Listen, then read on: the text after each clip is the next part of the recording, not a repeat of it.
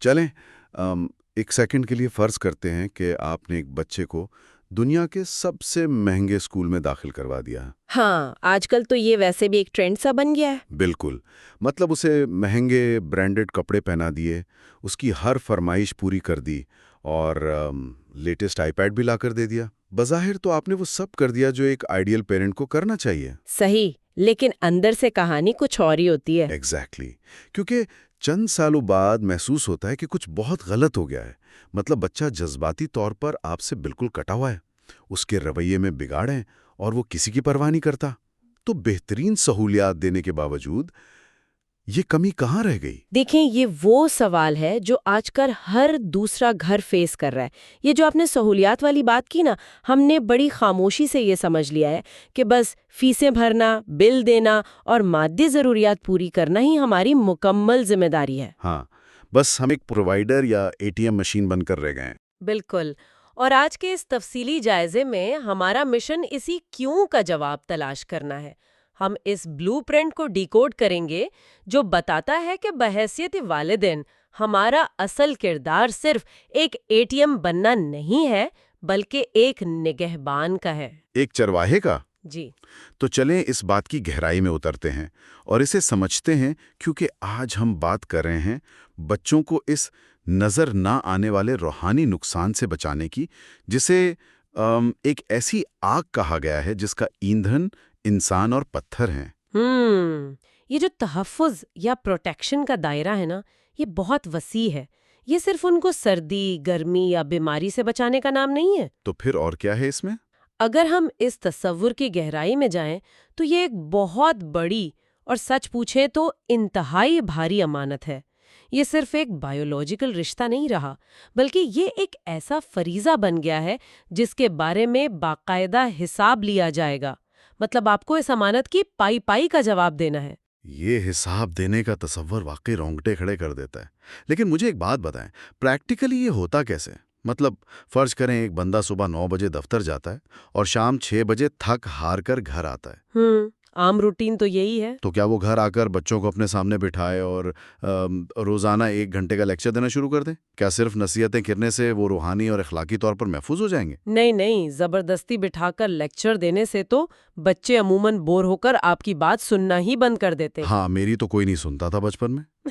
ہاں بالکل، وہ الٹا آپ سے دور بھاگتے ہیں۔ یہیں پر ایکٹیو سپرویژن یعنی روزمرہ کی فعال نگرانی کا تصور سامنے آتا ہے۔ اور میں یہاں واضح کر دوں، اس کا مطلب یہ ہرگز نہیں ہے کہ آپ ہیلی کاپٹر پیرنٹ بن جائیں کہ ہر وقت ان کے سر پر سوار رہیں۔ جی، ان کا سانس لینا بھی محال کر دیں۔ اس کا مطلب ہے انتہائی سمارٹ اور اسٹریٹجک طریقے سے باخبر رہنا۔ ایک سچے نگہبان کو ہر وقت یہ معلوم ہونا چاہیے کہ اس کے بچے کی سرگرمیاں کیا ہیں۔ اور اس کے دوست کون ہیں؟ ایگزیکٹلی، اس کا دوستوں کا سرکل کون سا ہے۔ اور آج کل کے ڈیجیٹل دور میں سب سے اہم بات یہ کہ وہ اسکرین پر کیا دیکھ رہا ہے اور کس سے بات کر رہا ہے۔ ہم اپنے کاروبار کے ایک ایک روپے کا حساب رکھتے ہیں، پروفٹ اور لاس روز چیک کرتے ہیں۔ بالکل کرتے ہیں۔ لیکن ہمیں یہ اندازہ ہی نہیں ہوتا کہ ہمارا بچہ دن کے کئی گھنٹے کس شخص کے خیالات سن کر اپنا ذہن بنا رہا ہے۔ اوہ، یہ تو بالکل ایسا ہی ہو گیا جیسے ایک چرواہا اپنے ریوڑ کو بہترین چارہ کھلا دے، مطلب انہیں موٹا تازہ کر دے، اور پھر ان سب کو ایک ایسے جنگل میں کھلا چھوڑ دے جہاں بھیڑیے چھپے بیٹھے ہو۔ کیا بات ہے، بہت زبردست مثال دی ہے آپ نے۔ اور ذرا سوچیں، آج کے دور میں یہ بھیڑیا صرف گلی محلے کا کوئی برا دوست نہیں ہے، بلکہ وہ الگورتھم ہے جو ان کے فون میں بیٹھا ہے۔ ہم نے انہیں اسمارٹ فون لے کر دے دیا، تیز ترین انٹرنیٹ لگا دیا۔ یعنی چراگاہ تو دے دی؟ جی، چراگاہ دے دی، لیکن اس کے دروازے پر کوئی گارڈ نہیں کھڑا کیا۔ ہم نے خود اپنے ہاتھوں سے انہیں بھیڑیوں کے رحم و کرم پر چھوڑ دیا۔ آپ نے اس تشبیہ کو بہت خوبصورتی سے آج کے حالات پر منطبق کیا ہے۔ دیکھیں، جب آپ بچے کو صرف بہترین کھانا دے رہے ہیں تو آپ محض اس کے جسم کو طاقتور بنا رہے ہیں۔ صحیح۔ لیکن مسئلہ یہ ہے کہ بھیڑیا اس کے مسلز نہیں دیکھتا، وہ اس کی کمزوری، اس کے جذباتی خلا اور اس کی ولنریبلٹی پر حملہ کرتا ہے۔ یہ پوائنٹ بہت اہم ہے۔ تو جب بچوں کے دوستوں یا اس ڈیجیٹل صحبت کی جانچ پڑتال نہیں ہوتی تو یہ اپنا بنیادی فرض ادا کرنے میں مکمل ناکامی ہے۔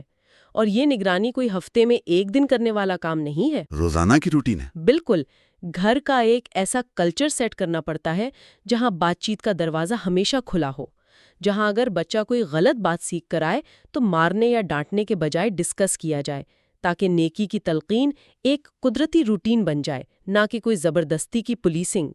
تو یعنی اصل مسئلہ یہ ہے کہ ہم وقت دینے کے بجائے چیزیں دینے کو ترجیح دے رہے ہیں۔ میں تھکا ہوا آیا ہوں، بچے کو موبائل پکڑا دیا تاکہ وہ تنگ نہ کرے۔ شارٹ کٹ ڈھونڈتے ہیں ہم۔ جی، شارٹ کٹ۔ لیکن چلے مان لیا کہ فعال نگرانی شروع کر دی اور ان کی جسمانی ضروریات بھی پوری کر رہے ہیں۔ ان دونوں چیزوں کے درمیان ایک بیلنس، ایک توازن کیسے قائم کیا جائے؟ جسمانی نشوونما تو نظر آ رہی ہوتی ہے کہ قد بڑھ رہا ہے، وزن ٹھیک ہے، ہاں، لیکن روحانی اور اخلاقی نشوونما کو کیسے ماپا جائے؟ اس توازن کا میکینزم سمجھنا واقعی بہت ضروری ہے۔ دیکھیں، جسمانی حقوق تو طے شدہ ہیں۔ آپ کو بچے کو ہر قسم کے خوف اور نقصان سے بچانا ہے، اسے روٹی، کپڑا، مکان دینا ہے، اعتدال کے ساتھ۔ نہ فضول خرچی، نہ کنجوسی۔ ایگزیکٹلی۔ اگر وسائل ہیں تو مناسب خرچ کرنا لازمی ہے، لیکن اصل چیلنج اس جسم کے اندر موجود روح کا ہے۔ جس طرح آپ جسم کو صحت مند رکھنے کے لیے وٹامنز اور پروٹین دیتے ہیں، صحیح۔ بالکل اسی طرح دل کو علم اور ایمان کی خوراک چاہیے ہوتی ہے۔ جس طرح سردی سے بچنے کے لیے آپ گرم کپڑے پہناتے ہیں، ان کی روح کو اخلاقیات اور تقویٰ کے لباس کی ضرورت ہوتی ہے۔ لیکن یہ ہوتا کیسے ہے پریکٹیکلی؟ یہ روزمرہ کی چھوٹی چھوٹی چیزوں سے ہوتا ہے۔ آپ دسترخوان پر سب کے ساتھ کیسے پیش آتے ہیں، غصے میں کیسے ریاکٹ کرتے ہیں، گھر کے ملازمین سے کیسے بات کرتے ہیں، یہ سب بچے کی روحانی خوراک بن رہا ہوتا ہے۔ مجھے ایک بات بڑی عجیب لگتی ہے یہاں، ہم بچوں کی جسمانی فٹنس کے لیے تو باقاعدہ ڈائٹ پلان بناتے ہیں۔ ہمیں پتہ ہوتا ہے کہ اگر یہ روزانہ جنک فوڈ کھائے گا تو بیمار پڑ جائے گا۔ کیلوریز گن رہے ہوتے ہیں ہم۔ ہاں، کیلوریز دیکھتے ہیں، لیکن کیا کبھی ان کے ذہن یا روح کا ڈائٹ پلان بنایا ہے؟ اگر ہم انہیں مہنگے 5 اسٹار ہوٹل کا کھانا کھلا رہے ہیں لیکن غریب سے سلوک کرنا نہیں سکھایا، تو ہم تو انہیں ایک انتہائی غیر متوازن غذا دے رہے ہیں نا۔ بالکل دے رہے ہیں۔ تو اس کا نتیجہ کیا نکلے گا؟ ایک ایسا انسان جس کی فزیک تو باڈی بلڈر جیسی ہو، لیکن اندر سے وہ اخلاقی طور پر بالکل بیمار اور کھوکھلا ہو۔ اور اسی اخلاقی کھوکھلے پن کی وجہ سے آج کل ہم دیکھتے ہیں کہ نوجوانوں میں ڈپریشن اور انزائٹی تیزی سے بڑھ رہی ہے، کیونکہ ان کا روحانی معدہ بالکل خالی ہے۔ Make sense. جب آپ انہیں صرف دنیاوی دوڑ کے لیے تیار کرتے ہیں کہ تم نے ہر حال میں فرسٹ آنا ہے، سب سے زیادہ پیسے کمانے ہیں، تو آپ انہیں انسان نہیں ایک مشین بنا رہے ہیں۔ اور پھر راتوں کو جاگ کر ٹینشن ہوتی ہے کہ یہ کل کو کیسا سلوک کرے گا۔ جبکہ روحانی تربیت کا مقصد یہ ہے کہ بچہ اندر سے ٹھیک ہو، اس کا اخلاقی کمپاس درست ہو، تاکہ جب وہ بڑا ہو تو وہ دنیا اور آخرت دونوں جگہ آنکھوں کی ٹھنڈک بنے۔ یہ آنکھوں کی ٹھنڈک والی بات بڑی گہری ہے۔ اچھا، چلیں فرض کریں یہ ساری کوشش ہو رہی ہے، نگرانی بھی ہے، روحانی ڈائٹ پلان بھی چل رہا ہے، لیکن اکثر گھروں میں ایک سے زیادہ بچے ہوتے ہیں۔ وہاں ڈائنامکس بالکل بدل جاتے ہیں۔ بالکل، اور جب کلوز مانیٹرنگ ہوتی ہے تو خوبیاں اور خامیاں واضح نظر آتی ہیں۔ یہیں سے وہ خطرناک موڑ آتا ہے جسے ہم فیورٹزم یا جانبداری کہتے ہیں۔ میں نے خود دیکھا ہے کہ یہ چیز گھروں میں کینسر کی طرح پھیلتی ہے۔ یہ رشتوں کا سب سے نازک اور تباہ کن پہلو ہے، اور اس معاملے میں اصول بالکل دو ٹوک ہے۔ بچوں کے درمیان تحائف، اخراجات اور سلوک میں برابری نہ کرنا واضح طور پر حرام اور ظلم ہے۔ لیکن اکثر والدین کو لگتا ہے کہ یہ تو ان کا حق ہے کہ جو اچھا رویہ دکھائے اسے زیادہ پیار کریں۔ یہ بڑی عام سوچ ہے، لیکن نفسیاتی طور پر اس جانبداری کا ہمیشہ دوہرا نقصان ہوتا ہے۔ یہ ایسی غلطی ہے جو شخصیت کو دیمک کی طرح چاٹ جاتی ہے۔ ایک منٹ ذرا، دوہرا نقصان سے کیا مراد ہے؟ ایک کا تو سمجھ آتا ہے جسے نظر انداز کیا گیا، لیکن دوسرے کا کیا نقصان ہے؟ اسے تو فائدے مل رہے ہیں نا؟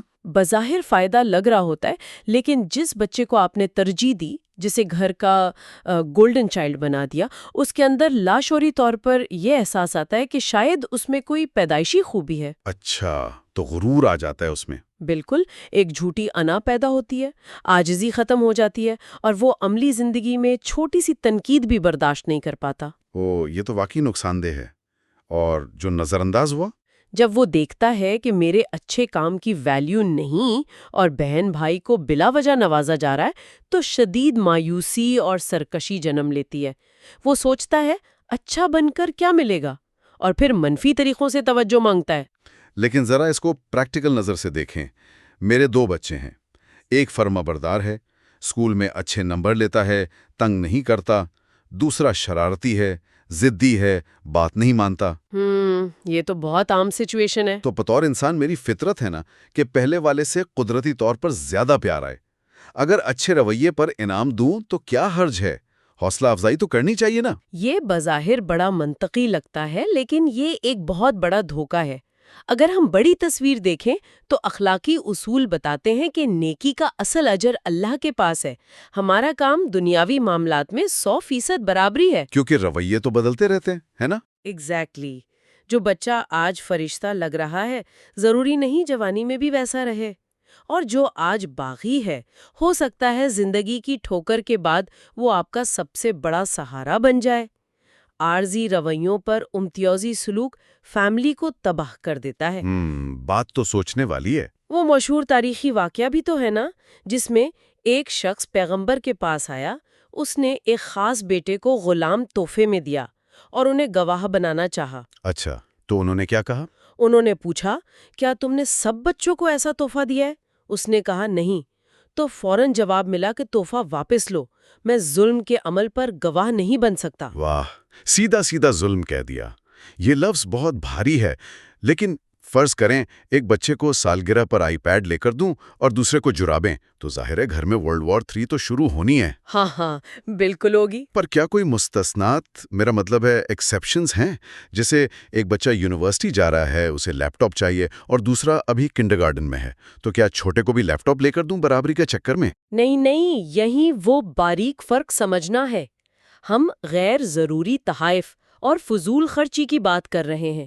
ضرورت اور گفٹ میں بڑا فرق ہوتا ہے۔ یعنی لیپ ٹاپ ضرورت ہے؟ جی، جس استثناء کی آپ بات کر رہے ہیں وہ جائز ہے۔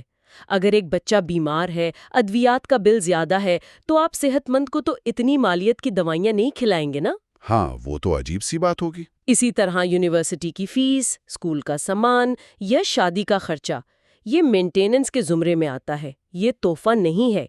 ضرورت کے تحت اضافی خرچ ظلم نہیں، انصاف ہے۔ ظلم تب ہے جب بنیادی ضرورت نہ ہو اور ایک کو لگژری دی جائے۔ صحیح۔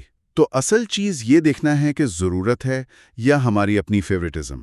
اچھا، اب اگر اس پوری ڈسکشن کو سمیٹیں، یہ تو بہت لمبا اور تھکا دینے والا پروسیس ہے۔ بہت صبر آزما کام ہے۔ مطلب سمارٹ نگرانی کر کے بھیڑیوں سے بچانا، پھر تقویٰ کا پروٹین دینا، اور یہ جذباتی رولر کوسٹر کہ 100% انصاف بھی کرنا ہے۔ اتنی انویسٹمنٹ کا آخر نتیجہ کیا ملتا ہے بڑھاپے میں؟ اس کا نتیجہ ایکشن اور ری ایکشن کے آفاقی اصول پر ہے، کائناتی اصول ہے۔ جیسا سلوک کرو گے ویسا سلوک تمہارے ساتھ کیا جائے گا۔ مکافات عمل۔ بالکل، والدین اور بچوں کے حقوق جڑے ہوئے ہیں۔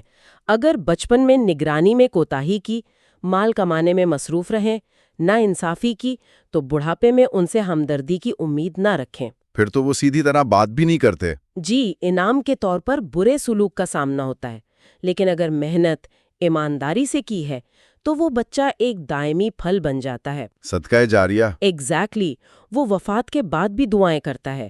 اس کے نیک اعمال نجات کا ذریعہ بنتے ہیں۔ اور یاد رکھیں، جو ظالم یا کنجوس والدین ہوتے ہیں، نسلیں انہیں مرنے کے بعد بھی ظالم ہی یاد رکھتی ہیں۔ مجھے تو یہ سن کر ایک باغبان اور باغ کی تشبیہ یاد آ رہی ہے۔ یہ ساری تربیت واقعی ایک باغ لگانے جیسا عمل ہے۔ آپ روزانہ زمین کو پانی دیتے ہیں، کھاد ڈالتے ہیں، بہت پیاری تشبیہ ہے یہ۔ اور دھیان رکھتے ہیں کہ ایک پودے کی جڑ دوسرے کی جگہ نہ گھیریں۔ آپ برابری سے ہر پودے کا خیال رکھتے ہیں، کسی ایک کو زیادہ پانی دے کر دوسرے کو سوکھنے نہیں دیتے۔ پورا بیلنس رکھنا پڑتا ہے۔ اور یہ تھکا دینے والی محنت ہے۔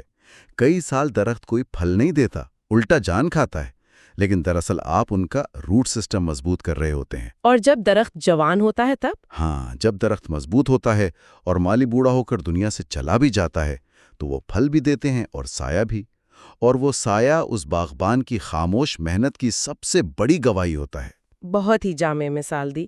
دراصل یہی وہ وراثت، وہ لیگیسی ہے جو ایک نگہبان چھوڑ کر جاتا ہے۔ جائیدادیں، گاڑیاں، بینک بیلنس کی وراثت تو ختم ہو جاتی ہے، اور اکثر لڑائیوں کا باعث بھی بنتی ہے۔ بالکل، لیکن جو تقویٰ اور انصاف کی وراثت آپ ٹرانسفر کرتے ہیں وہ نسل در نسل چلتی ہے۔ والدین کا ہر فیصلہ بچوں کے سامنے ایک پریکٹیکل نمونہ ہوتا ہے۔ مطلب وہ معاشرے اور دفتر میں جا کر بھی انصاف کرتے ہیں۔ جی، ان کا سوچنے کا زاویہ بدل جاتا ہے۔ وہ جانتے ہیں کہ وقتی فائدے پر اصولوں کو ترجیح دینی ہے۔ ان کا روحانی کمپاس لائف ٹائم کے لیے سیٹ ہو جاتا ہے۔ واہ! تو پھر اس سب کا آخر کیا مطلب ہے؟ آج کے اس تفصیلی جائزے سے پتہ چلا کہ بچوں کی پرورش کوئی چیک لسٹ نہیں کہ فیس دے دی، کپڑے پہنا دیے اور کام ختم۔ وہ تو صرف شروعات ہے۔ ایگزیکٹلی ہم نے دیکھا کہ اسمارٹ نگرانی کیسے ہوتی ہے، مادی اور روحانی توازن اور غیر متزلزل انصاف کتنا ضروری ہے۔ یہ کوئی عام سماجی فریضہ نہیں بلکہ اعلیٰ ترین روحانی عمادت ہے۔ اور جہاں انعام اتنا بڑا ہو وہاں احتساب بھی اسی لیول کا سخت ہوتا ہے، کیونکہ امانت جتنی بڑی ہے ذمہ داری اتنی ہی بھاری ہے۔ بالکل سچ کہا آپ نے، اور اسی احتساب کی بات پر اس ڈیپ ڈائیو کو ختم کرنے سے پہلے ذرا اس بارے میں سوچئے گا۔ ہم سب مانتے ہیں کہ حقوق ایک الہی امانت ہیں اور کل روز قیامت ہر ظلم کا حساب ہوگا۔ نہ کھڑی ہو جائے یہ کہہ کر کہ انہوں نے دنیا کی ہر آسائش تو دیں، لیکن ہمیں اس نظر نہ آنے والی آگ سے بچانے کی کبھی کوشش نہیں کی۔ یہ تو واقعی بہت دہلا دینے والا خیال ہے۔ بالکل، یہ ایک ایسا سوال ہے جو ہر لمحے اپنی ترجیحات پر دوبارہ غور کرنے پر مجبور کرتا ہے۔ سوچتے رہیے گا۔ اگلی بار تک کے لیے خدا حافظ۔ کیا یہ ممکن ہے کہ ایک بچے کو اس کی شاندار کارکردگی پر یا اسکول میں اچھے نمبر لانے پر کوئی خاص انعام دیا جائے اور یہ خاندانی تباہی کا آغاز ہو؟ مطلب ہم تو اسے بہترین پیرنٹنگ اور ایک زبردست ترغیب سمجھتے ہیں نا؟ ہاں، یہ ایک ایسا خیال ہے جو بظاہر ہماری روزمرہ کی منطق سے بالکل ٹکراتا ہے۔ ہم جس معاشرے میں رہتے ہیں وہ دیکھیں، وہاں تو ہر چیز کارکردگی یا میرٹ سے جڑی ہوئی ہے۔ بالکل، اور آج ہم اسی لیے ان قدیم متون، احادیث اور علمی تشریحات کے ایک بڑے ذخیرے کا گہرا تجزیہ کر رہے ہیں۔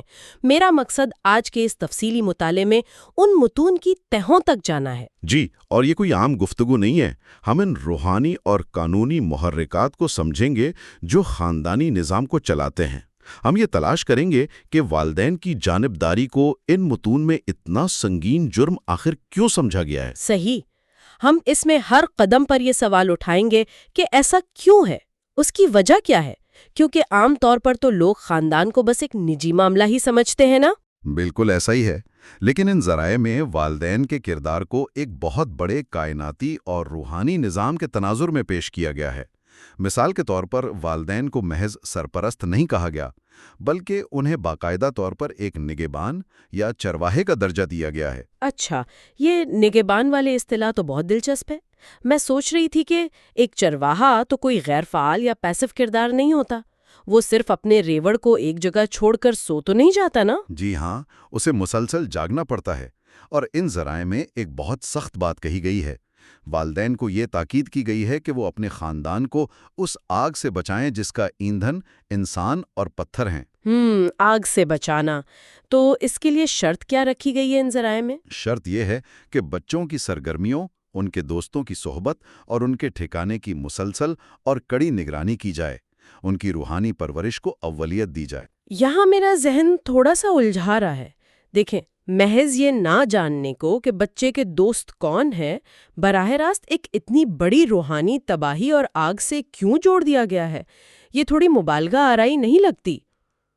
بظاہر یہ واقعی ایک بہت سخت بات لگتی ہے، لیکن اگر ہم اس کے پیچھے موجود نفسیاتی اور روحانی میکانزم کو سمجھیں تو یہ بالکل منطقی ہے۔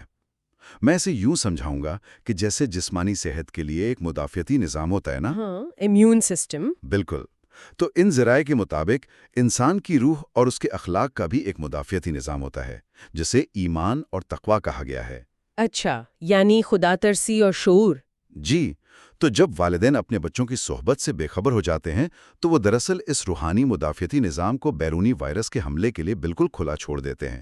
بری صحبت ایک خاموش زہر ہے جو آہستہ آہستہ اندر سے ختم کر دیتا ہے۔ یہ تو بالکل ایک باغ کی دیکھ بھال کی طرح ہو گیا۔ فرض کریں ایک شخص بہت خوبصورت باغ لگاتا ہے اور اس کے گرد ایک مہنگی چار دیواری کھڑی کر دیتا ہے۔ صحیح۔ اور وہ سمجھتا ہے کہ بس جی میرا کام ختم ہو گیا، لیکن وہ موسم کے بدلتے تیور اور فصل کو لگنے والے کیڑوں پر تو نظر ہی نہیں رکھتا، تو وہ کیڑے تو ساری فصل اندر ہی اندر کھا جائیں گے نا۔ یہ باغ والی تشبیہ صورتحال کی بالکل درست عکاسی کر رہی ہے۔ وہ جو دیواریں والدین بناتے ہیں نا، وہ ان کی طرف سے دی گئی دولت، اچھا اسکول یا مہنگے کپڑے ہو سکتے ہیں۔ جی، لیکن وہ دیواریں ان کیڑوں کو تو نہیں روک سکتی جو بچوں کے دوستوں کی شکل میں آتے ہیں۔ بالکل نہیں روک سکتی۔ ذرائع یہ واضح کرتے ہیں کہ والدین کی اصل ذمہ داری شعوری طور پر اچھائی کی تلقین کرنا اور برائی سے روکنا ہے۔ اور جب وہ یہ نگرانی ترک کر دیتے ہیں تو کیا وہ جان بوجھ کر بچوں کو تباہی کے حوالے کر رہے ہوتے ہیں؟ بالکل، اور متون میں اسی غفلت کو دراصل آگ قرار دیا گیا ہے، کیونکہ یہ ایک ایسا سلسلہ وار عمل ہے جو انسان کو ہلاکت کی طرف دھکیل دیتا ہے۔ یعنی غفلت بظاہر کوئی فعل نہیں ہے، لیکن اس کے نتائج کسی بھی خطرناک ایکشن سے زیادہ تباہ کننا۔ تو اب اگر اس بحث کو آگے بڑھائیں، متون میں روحانی موت کے ساتھ جسمانی بقا کے چھن جانے کا بھی ذکر ہے۔ جی ہاں، اور یہ سب سے انتہائی خلاف ورزی ہے۔ ہم بات کر رہے ہیں بچوں کو، اور خاص طور پر بچیوں کو قتل کرنے کی اس پرانی روایت کی۔ بالکل، اور تاریخ بتاتی ہے کہ یہ فعل اکثر انتہائی شدید معاشی خوف یا غربت کے ڈر سے کیا جاتا تھا۔ متون نے اسے محض ایک سماجی برائی نہیں بلکہ پہلے سے سوچا سمجھا قتل قرار دیا ہے۔ اور اسے شرک کے بعد دوسرا سب سے بڑا گناہ کہا گیا ہے۔ زندگی کا حق ایک ایسا مطلق حق ہے جسے کسی بھی معاشی عذر پر سلب نہیں کیا جا سکتا۔ والدین پر تو یہ لازم ہے نا کہ وہ بچوں کی جسمانی ضروریات بغیر کنجوسی کے پوری کریں۔ جی، خوراک، پانی اور لباس سب اس میں شامل ہیں۔ ہاں، فضول خرچی یا اسراف سے ضرور منع کیا گیا ہے۔ یہاں مجھے ایک سوال اٹھانا ہے۔ دیکھیں، اگر اس قتل کی سب سے بڑی وجہ غربت کا خوف تھا، یعنی ایک خالصتاً معاشی مسئلہ، تو ذرائع نے اس کا علاج ایک عقیدے یا الہیاتی اصول سے کیوں کیا؟ یہ ایک بہت اہم نکتہ ہے۔ میرا مطلب ہے، یہ تو ایسا ہی ہو گیا جیسے ایک کمپنی کا مینیجر اس ڈر سے اپنے ملازموں کو نکالنا شروع کر دے کہ کہیں مالک کے پاس پیسے نہ ختم ہو جائیں۔ بالکل۔ حالانکہ مالک خود سامنے کھڑا یہ ضمانت دے رہا ہے کہ بھائی میں ہر ایک کا خرچہ اٹھاؤں گا، تم پریشان نہ ہو۔ آپ اس مینیجر کی نفسیاتی حالت پر غور کریں۔ وہ دن رات کتنے شدید دباؤ کا شکار ہوگا۔ وہ ظالمانہ فیصلے اس لیے کر رہا ہے کیونکہ اس نے رزق کا سارا بوجھ اپنے کندھوں پر ڈال لیا ہے۔ تو ان متون نے اس خوف کو جڑ سے اکھاڑنے کے لیے کون سا اصول دیا؟ انہوں نے خدائی رزق کا اصول متعارف کرایا۔ ذرائع میں واضح طور پر کہا گیا ہے کہ اللہ والدین اور بچوں دونوں کو رزق دیتا ہے۔ یہ محض ایک فلسفہ نہیں بلکہ ایک مؤثر نفسیاتی علاج ہے۔ تو وہ اس مینیجر کو یعنی والدین کو بتا رہے ہیں کہ تم تنخواہ دینے والے نہیں ہو، تم صرف حساب کتاب رکھنے والے ہو۔ جی ہاں، جب انسان یہ سمجھ لیتا ہے کہ وہ خود رزق کا خالق ہے تو وسائل کی کمی کا خوف اسے سنگ دل بنا دیتا ہے۔ اور پھر وہ اپنے ہی خون کو بوجھ سمجھنے لگتا ہے۔ بالکل، لیکن جب اسے یقین ہو جائے کہ رزق تو ایک عظیم ذات دے رہی ہے تو اس کے ذہن سے بوجھ اتر جاتا ہے۔ یہ عقیدہ اس قتل اور ظلم کے دروازے کو ہمیشہ کے لیے بند کر دیتا ہے۔ یہ تو واقعی حیرت انگیز ہے کہ ایک عقیدہ کیسے عملی رویوں کو بدل دیتا ہے۔ چلیں، جسمانی بقا والی بات تو بہت واضح ہو گئی، لیکن متون میں ایک اور چیز کا ذکر ہے جو بظاہر بہت بے ضرر سی لگتی ہے۔ آپ جانبداری کی بات کر رہی ہیں؟ جی بالکل، ہم اکثر سوچتے ہیں کہ بس بچے کو مارا نہیں، کھانا کھلا دیا تو ہمارا فرض پورا ہو گیا، لیکن یہ متون بتاتے ہیں کہ ایک پوشیدہ نفسیاتی نقصان بھی ہے جو دیمک کی طرح خاندان کو کھا جاتا ہے۔ اور اس مسئلے پر ان ذرائع کا جو موقف ہے وہ اتنا سخت ہے کہ انسان حیران رہ جاتا ہے۔ بچوں کے درمیان طوائف یا سلوک میں فرق کرنے کو صریحاً حرام اور ناانصافی قرار دیا گیا ہے۔ ہمارے پاس ذرائع میں ایک تاریخی واقعے کا حوالہ بھی ہے۔ حضرت نعمان بن بشیر کی حدیث والا واقعہ یاد ہے؟ بالکل، اس میں ایک صحابی نے اپنے ایک بیٹے کو تحفہ دیا، اور جب نبی کریم صلی اللہ علیہ وآلہ وسلم کو گواہ بنانا چاہا تو انہوں نے صاف انکار کر دیا۔ ہاں، اور انہوں نے باقاعدہ پوچھا تھا کہ کیا تم نے اپنے سب بچوں کو ایسا ہی تحفہ دیا ہے؟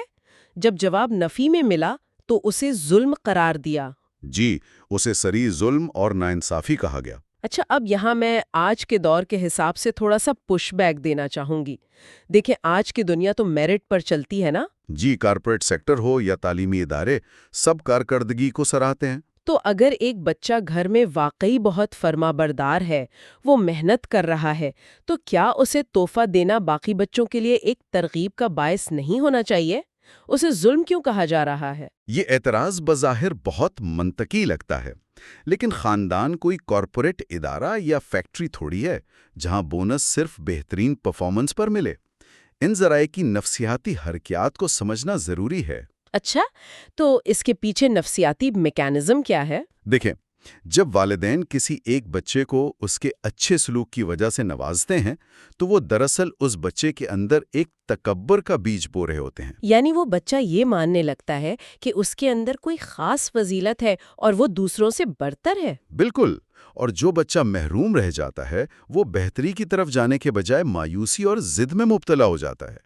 اس کے اندر احساس کمتری جڑ پکڑ لیتا ہے۔ وہ سوچتا ہوگا کہ میں چاہے کچھ بھی کر لوں، مجھے تو پیار ملنا ہی نہیں ہے۔ جی، اور اس سے گھر کے اندر شدید دشمنی اور ایک نہ ختم ہونے والا مقابلہ جنم لیتا ہے۔ ان ذرائع نے ایک اور بہت گہرا نقطہ اٹھایا ہے کہ دل اللہ کے ہاتھ میں ہے۔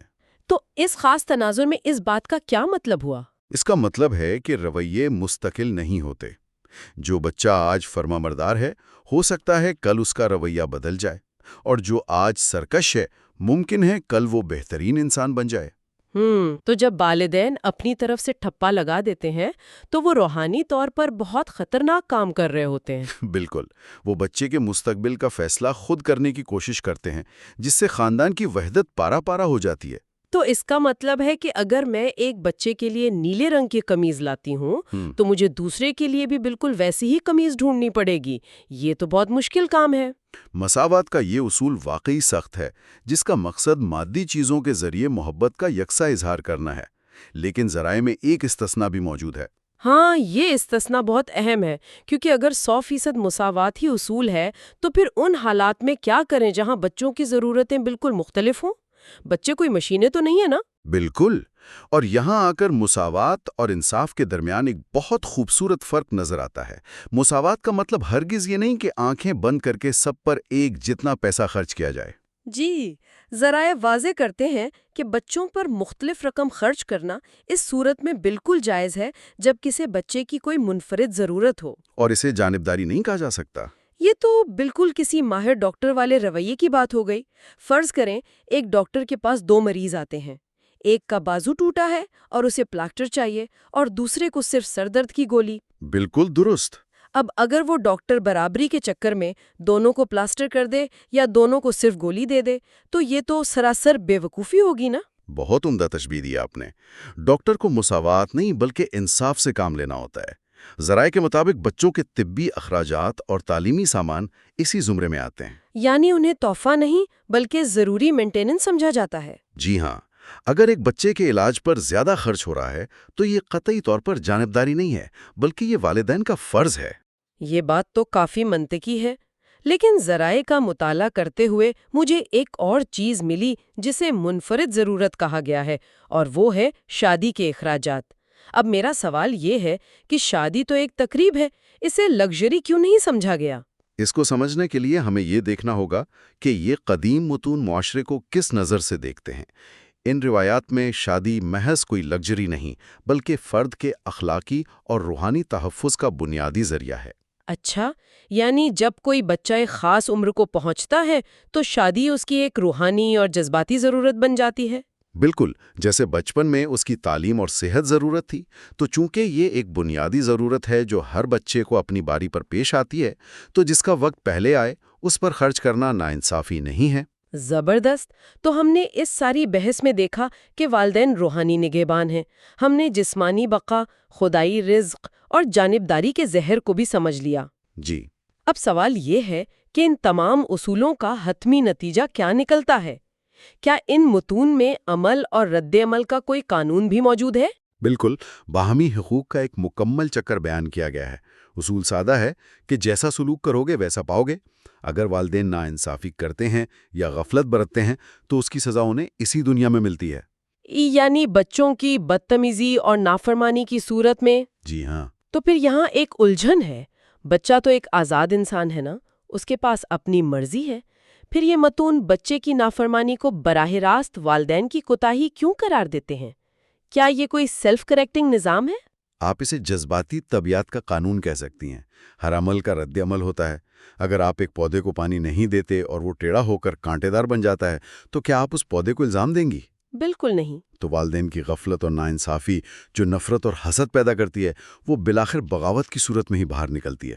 اور اگر والدین بہترین پرورش کریں تو متون کے مطابق اس کا ثمر ایک ایسا نیک بچہ ہے جو ان کے مرنے کے بعد بھی ان کے لیے دعا کرتا ہے اور ان کی آنکھوں کی ٹھنڈک بنتا ہے۔ تو سننے والوں کے لیے ساری گفتگو کا جو عملی اطلاق سامنے آتا ہے وہ یہ ہے کہ بچوں کی پرورش کوئی عام روٹین کا کام نہیں، بلکہ یہ ایک انتہائی حساس قانونی اور روحانی معاہدہ ہے۔ ایک مقدس امانت جس کی خلاف ورزی پر صرف خاندانی نظام تباہ نہیں ہوتا بلکہ اخروی سطح پر بھی سخت جواب دہی کرنی پڑتی ہے۔ بالکل۔